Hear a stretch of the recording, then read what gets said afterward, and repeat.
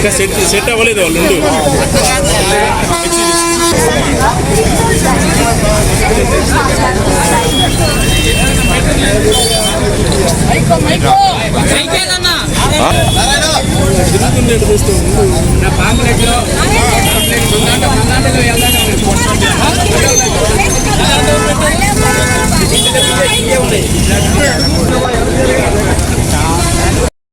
మన ముఖ్య అతిథులు కొండూరు రవిబాబు గారు కూడా రావడం జరిగింది.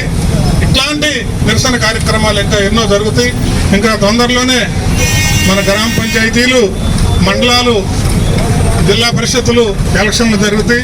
ఈ ఎలక్షన్లో కూడా మంచి చెడ్డు బేరీజు వేసుకొని ఏ ప్రభుత్వం ఏం చేసింది, గత ప్రభుత్వం మనకేం చేసింది, ఈ ప్రభుత్వం మనకేం చేసింది, రైతులు కానీ, పిల్లలు కానీ, తల్లులు కానీ ఏం చేసింది అనేది మీ గుండెల మీద చేసుకొని మీరు సుధాగా ఆలోచించి రాబోయే జనరల్ ఎలక్షన్లో, అదే పంచాయతీ స్థానిక సంస్థల్లో నిర్ణయం తీసుకుంటారని మీ అందరినీ ఇక్కడ ఉన్నటువంటి ఈ మండల కార్యకర్తల ద్వారా ఈ మండల ప్రజల్ని పేరు పేరున కోరుకుంటూ ఈ అవకాశం ఇచ్చినటువంటి కొత్తపట్నం వైఎస్ఆర్ కాంగ్రెస్ పార్టీ వారికి ధన్యవాదాలు తెలియపరుచుకుంటూ ఇన్ఛార్జ్ అయినటువంటి సుండూరు రవిబాబు గారిని మాట్లాడవలసిందిగా కోరుకుంటున్నాం. ఎరువులు ఇవ్వలేకపోయిన ప్రభుత్వాన్ని చూసామా? ఎరువులు ఇవ్వడానికి గతి లేదు. ఇంత పచ్చిపోటుక ప్రభుత్వం గురించి వివరించి చెప్పండి. ఏ మొహం పెట్టుకొని ఇంకా తెలుగుదేశం పార్టీ నాయకులంట సైకిల్ యాత్రలు చేస్తారంట, వాళ్ళ సూపర్ సిక్స్లు అన్ని అమలైనవి అని చెబుతారంట.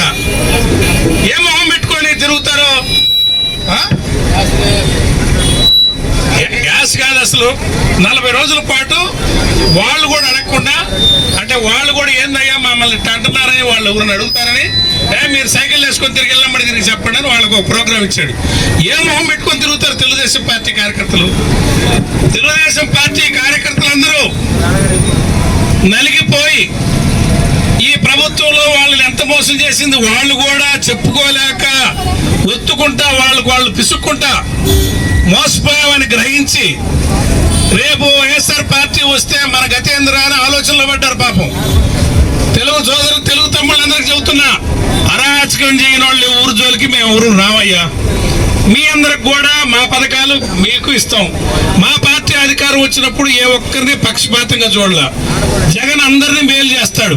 మీలాగా ఒక ఇంటికొకటి మనిషిని బట్టి పథకాలు ఉండవు, మనిషిని బట్టి ప్రభుత్వ తీరుండదు. అందరికీ సమానమైన న్యాయం జరుగుద్ది.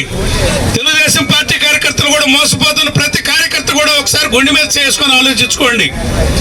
మిమ్మల్ని చంద్రబాబు నాయుడు ఒక పార్టీ అని పెట్టి ఏ రకంగా మోసం చేస్తున్నాడో కూడా అర్థం చేసుకోండి. మీరే మొహం పెట్టుకొని ఇళ్ళమ్మడి తిరుగుతారో కూడా ఆలోచించుకోమని సందర్భంగా కోరుకుంటూ, దీనికి ఈ వెన్నుపోటుకి 2 ఏళ్ల ఈ మేనిఫెస్టోని అందరం ఇప్పుడు తగలబెడదామని సందర్భంగా తెలియజేస్తున్నా. తగలబెట్టి నిరసనని ప్రభుత్వానికి తెలియజేద్దాం.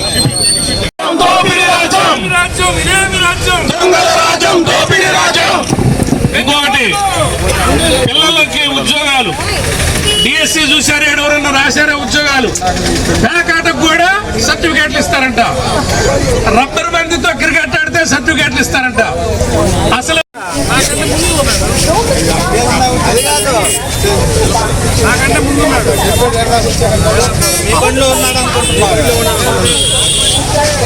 నేను గొప్పలో ఉన్నప్పుడు ఆయన చెప్తున్నాడు.